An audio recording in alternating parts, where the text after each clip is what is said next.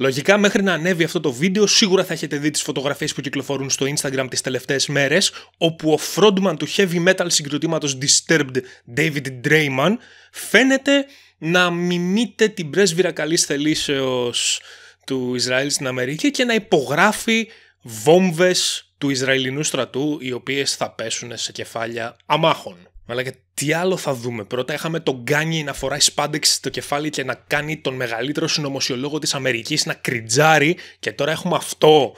Δηλαδή, από πού να το πιάσω? Δηλαδή, ξέρεις κάτι, άντε να δεχτώ ότι η καταγωγή του Draiman είναι εβραϊκή και άντε ας πούμε ότι έχει παρελθόν η οικογένειά του και αυτά. Ακριβώς γι' αυτό όμως, αυτός θα έπρεπε να ήταν ένας από τους πρώτους λόγους που, δεδομένης της πλατφόρμας που διαθέτει ο άνθρωπος με εκατομμύρια θαυμαστές στον κόσμο και δεδομένης της καταγωγής του, θα ήταν μια τέλεια ευκαιρία για να μπορέσει να προάγει το νόημα, το μήνυμα της ειρήνης και της αλληλεγγύης μεταξύ των λαών και να σταματήσει αυτή η γενοκτονία. Αλλά όχι, είπαμε να ακολουθήσουμε στρατηγική αμερικάνικης κυβέρνησης και να αρχίσουμε να ζωγραφίζουμε πάνω σε βόμβες. Και όπως ήταν αναμενόμενο, τα σχόλια από κάτω γέμισαν από φανατικούς από εδώ και φανατικούς από εκεί.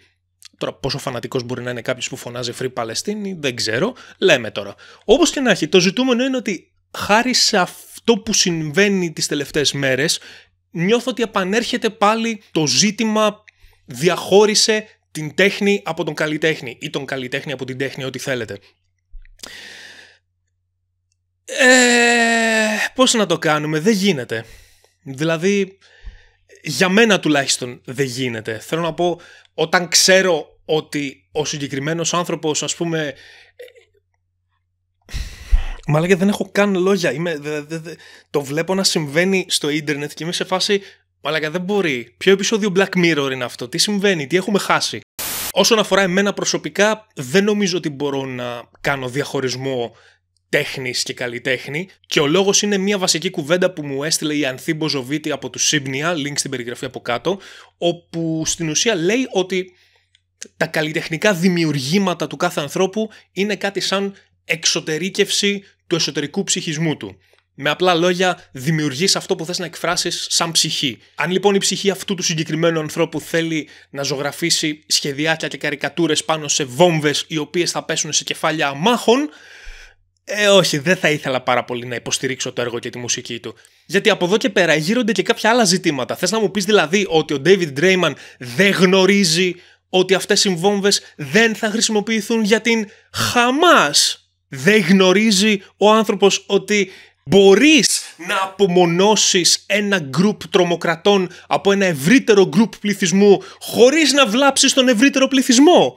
Press X to doubt. Δεν υπάρχει καμία απολύτως δικαιολογία για αυτή την πράξη. Καμία απολύτως. Ξέρεις τι γίνεται, μπορείς να ενημερωθείς, μπορείς να ενημερώσεις, έχεις τη δύναμη να το κάνεις και επιλέγεις να γράφεις fuck Hamas σε βόμβες. Δεν είναι ότι ήμουν και κάποιος μεγάλος φαν, αλλά πλέον απλά εξαφανίζεται κάθε ίχνος σεβασμού, με την έννοια του ότι υποτίθεται προάγεις μέσω της μουσικής σου την συλλογικότητα, την ειρήνη και όλα αυτά. Δηλαδή...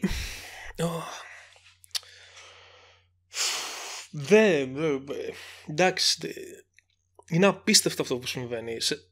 Δεν είχα κείμενο σε αυτό το βίντεο. Θα βλέπετε και εμένα να αναστενάζω μπροστά το μικρόφωνο, προσπαθώντας να σκεφτώ τι άλλο μας περιμένει. Μη μου απαντήσετε, δεν θέλω να ξέρω. Θα πιω τον καφέ μου εδώ. Link στην περιγραφή για να δείτε κάτι της προκοπής. Τα λέμε, γεια.